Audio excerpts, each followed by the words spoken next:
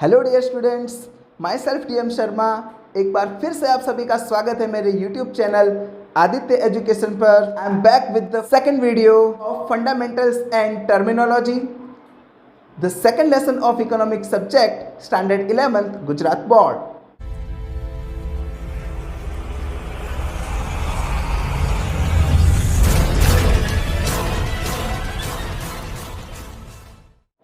So friends, in the last video we have studied the concept of price and value. Today we will study about the concept of goods and services, in which we will study about the types of goods. So without wasting time, let's start. So friends, our today's first topic is goods and services. तो सबसे पहले हम goods के बारे में study करेंगे। तो friends, यहाँ पर goods की डिफाइन दी हुई है, आप इसे लर्न करिए। Commodities which have physical existence are called goods। यानी हर एक ऐसी कमोडिटी जिसका फिजिकली अस्तित्व है उसे हम गुड्स कहेंगे। In economics they are meant to satisfy the needs of consumption. यानी कि अर्थशास्त्र में हम हर एक उस चीज़ को गुड्स कह सकते हैं जिसका फिजिकली एक्सिस्टेंस हो और जो कंजम्पशन की नीड को यानी कि वपराश या उपयोग की ज़रूरत को सेटिस्फाई करता हो, ऐसी हर एक वस्तु को हम गुड्स कह सकते हैं। Now the services. So commodities which are intangible और do not have a physical existence are called services.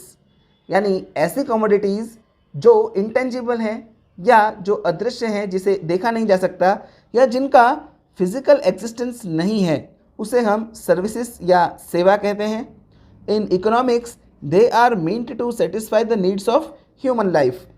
तो सर्विसेज से ह्यूमन लाइफ को सेटिस्फाई किया जा सकता है। फॉर एग्जांपल, हम हमारे मोबाइल में हर महीने इंटरनेट डेटा के लिए या कॉल करने के लिए रिचार्ज करवाते हैं। तो फ्रेंड्स, हम पेमेंट कर रहे हैं, लेकिन हमें जो प्रोडक्ट मिलती है क्या हम उसे देख सकते हैं? जी नहीं, हम उसे महसूस कर सकते हैं और हम उस कमोडिटी का जो हमें दिख नहीं रही है लेकिन उसका हम यूज़ कर रहे हैं, तो उसे हम सर्विस कहेंगे या उसे हम सेवा कहेंगे। आप सभी स्कूल जाते हो, स्कूल जाकर टीचर्स के लेक्चर्स आप अटेंड करते हो और उनसे जो कुछ भी आप समझ लेते हो, क्या आप उस समझ को देख सकते हो या किसी को दिखा सकते हो? जी नहीं, आप उसे अपने अंदर ग्रहण करते हो और उस समझ से आप अपने व्यक्तित्व को और बेहतर तरीके से निखार सकते हो, तो इसे भी हम सर्विस कहेंगे। Friends, economic studies activities pertaining to production, consumption and distribution of goods और services. The nature of goods and services is different, though both are important in economics. Food is a good और a commodity, but cooking is a service. Units of goods or stock of goods can be measured cardinally, but services cannot be measured in terms of quantitative or numerical. Friends, goods को हम measure कर सकते हैं, उसे हम देख सकते हैं, उसकी क्वांटिटी हम काउंट कर सकते हैं, लेकिन सर्विस को हम देख नहीं सकते, हम उसका मूल्य लगा नहीं सकते, क्योंकि हम उसको किसी भी क्वांटिटी में मेज़र नहीं कर सकते। However, the time spent after providing a service can be measured. The impact of service in satisfaction of human wants is also abstract. For example, the need for knowledge and curiosity is satisfied by the service of education.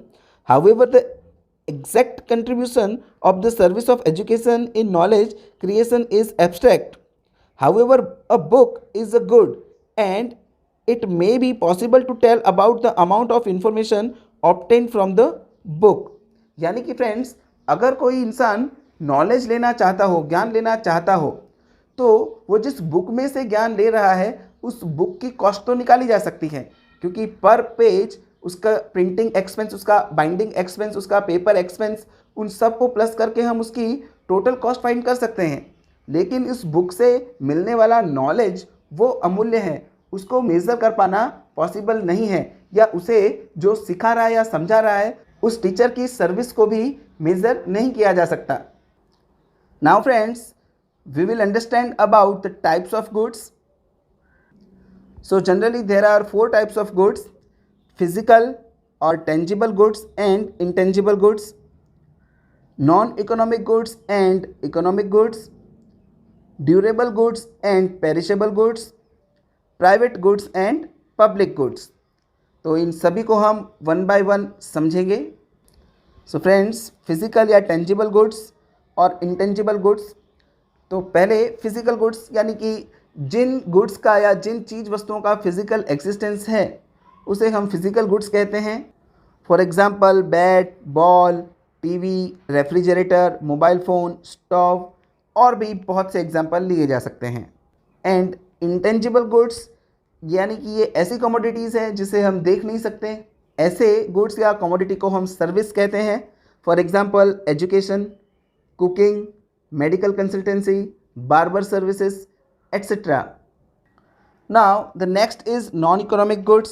So friends, goods which do not command exchange value are called non-economic goods.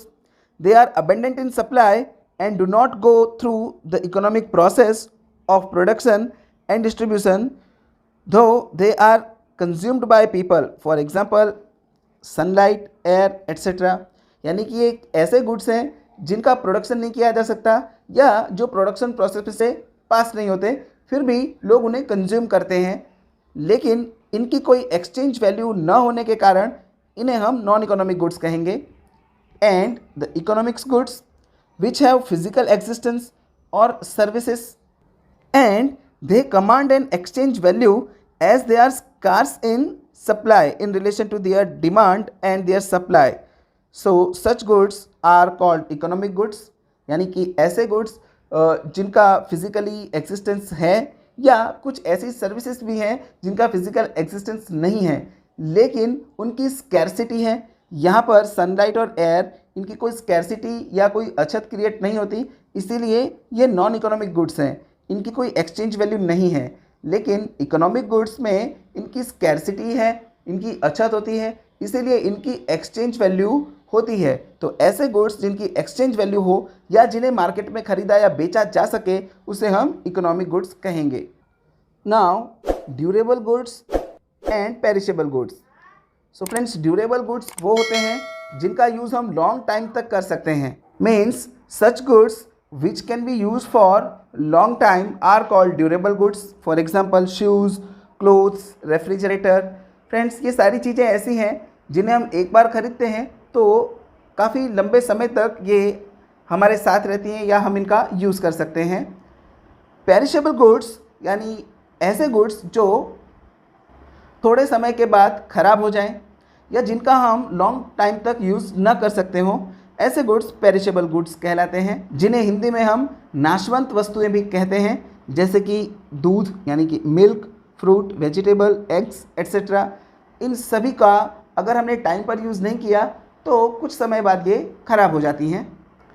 Then private goods and public goods. So friends, private goods are goods which can be possessed and owned by a private individual. She or he takes all decision regarding these goods. These goods possesses the characteristics of excludability and competitiveness. Excludability means once a good is owned and being used by one individual, another individual cannot possess and use it at the same time.